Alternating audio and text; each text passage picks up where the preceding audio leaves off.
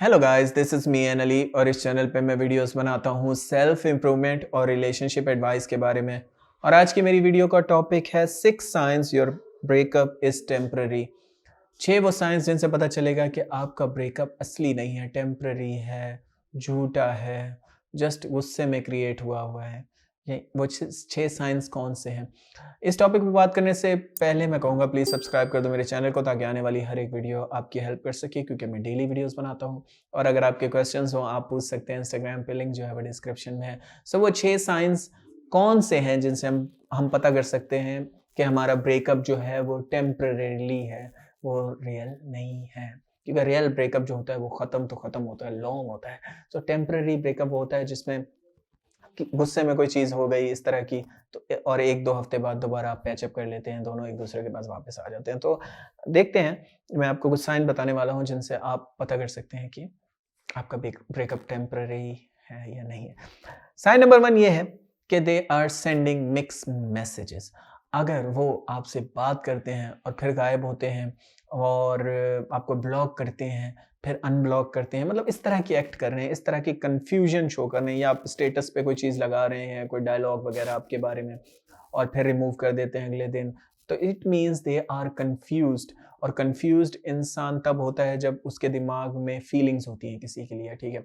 अगर वो बिल्कुल श्योर होते तो वो इस तरह की हरकतें नहीं करते, क्योंकि एक श्योर इंसान या तो आपके साथ रहेगा, या जब वो आपको छोड़ेगा तो वो कहेगा चलो भाई गायब हो जाता हूँ, अब मुझे बात करनी ही नहीं है इससे, और वो आपको ब्लॉक करेगा और फिर कभी अनब्लॉक नहीं करेगा। लेकिन अगर कोई ऐसा इंसान है जो आज ब्लॉक कर रहा है, कल अनब्लॉक कर रहा है, और फिर इस तरह की चीज़ें लिख रहा है, एक दिन स्टेटस लगाता है, दूसरे दिन रिमूव कर देता है, या कोई स्टेटस पे कोई चीज़ लगाता है स्टोरी पे, और जैसे ही आप देख लेती हैं या देख लेते हैं, वो उसके बाद फ़ौरन डिलीट कर देता है उस स्टेटस को, तो समझो वो आपको दिखाने के लिए कर रहा है। तो ये मिक्स्ड मैसेजेस जो इस तरह के देते हैं, कन्फ्यूज़्ड इंसान देते हैं।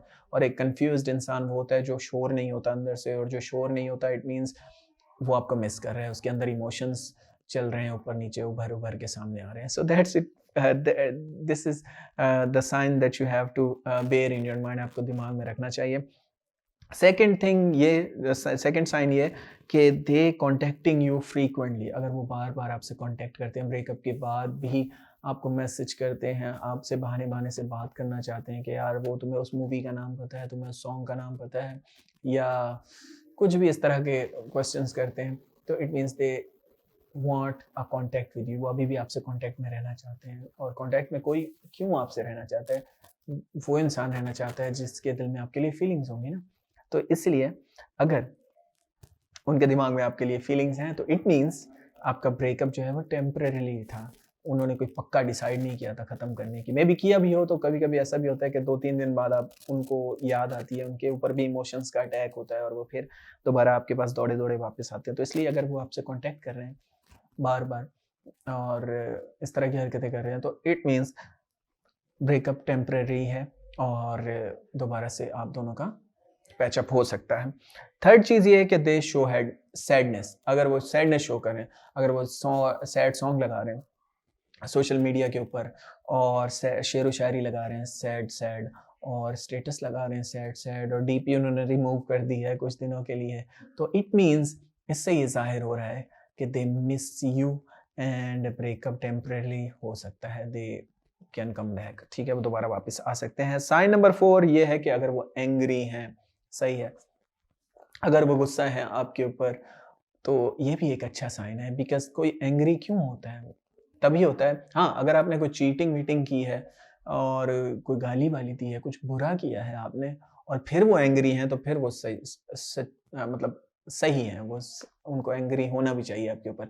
लेकिन अगर आप अपनी तरफ से सही थे और फिर भी वो एंग्री हैं, उन्होंने खुद बोला था कि उनको ब्रेकअप करना है, लेकिन वो आजकल एंग्री हैं, गुस्सा हैं आपके ऊपर, तो इट मीन्स वो अपने डिसीजन के ऊपर गुस्सा हैं, वो अपने डिसीजन के ऊपर पछता रहे हैं, क्योंकि शायद उनको लगा था कि आप चेज़ करेंगे, लेकिन आप चेज़ नहीं कर रहे, तो इसलिए वो एंग्री हैं, गुस्से में हैं, वो ऐसी चीज़ें लिख रहे हैं, जिससे वो जिससे पता चल सकता है कि ब्रेकअप टेम्परेरीली था, दोबारा से जुड़ सकते हैं आप दोनों, क्योंकि अभी भी उनके दिमाग में, उनके दिल में इमोशंस हैं।